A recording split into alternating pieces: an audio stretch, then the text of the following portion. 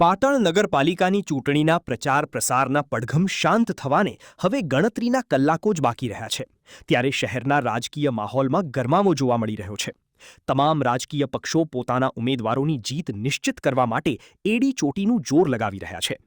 આ પ્રચારના અંતિમ તબક્કે આજે પાટણ નગરપાલિકાના વોર્ડ નંબર 3ના ભારતીય જનતા પાર્ટીના ચારેય ઉમેદવારોના સમર્થનમાં એક ભવ્ય વિજય સંકલ્પ બાઇક રેલીનું આયોજન કરવામાં આવ્યું હતું। ગૌરવકુમાર મોદી, દિલીપભાઈ પટેલ, વિજયાબેન બારોટ અને સાધનાબેન પરમારના જનસમર્થનમાં ભવ્ય બાઇક રેલી નીકળી હતી। વોર્ડ નંબર 3ના ભાજપના કાર્યકરો અને સમર્થકો આ બાઇક રેલીમાં જોડાયા હતા। રેલી વોર્ડ નંબર 3ના વિવિધ મહોલ્લાઓ અને સોસાયટી વિસ્તારોમાં ફરી હતી। આ બાઇક રેલી દરમિયાન મોટી સંખ્યામાં યુવા કાર્યકરો અને સમર્થકો કેસરિયા ખેસ અને ઝંડા સાથે જોડાયા હતા, જેના કારણે સમગ્ર વિસ્તારમાં કેસરીઓ લહેરાયો હતો। ઠેર ઠેર લોકોએ ઉમેદવારોનું સ્વાગત કર્યું હતું।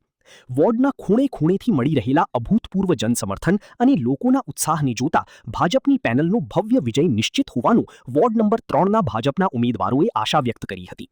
પાટણ નગરપાલિકાના વોર્ડ નંબર 8ના અપક્ષ ઉમેદવાર ભરતભાઈ ભાટિયાને અનુક્રમ નંબર 10 નિશાન બ્રીફ કેસ ઉપર પોતાનો કિંમતી મત આપી અપાવી વિજયી બનાવશો, તો મારો મત તો વોર્ડ નંબર 8ના અપક્ષ ઉમેદવાર ભરત ભાટિયાને જ।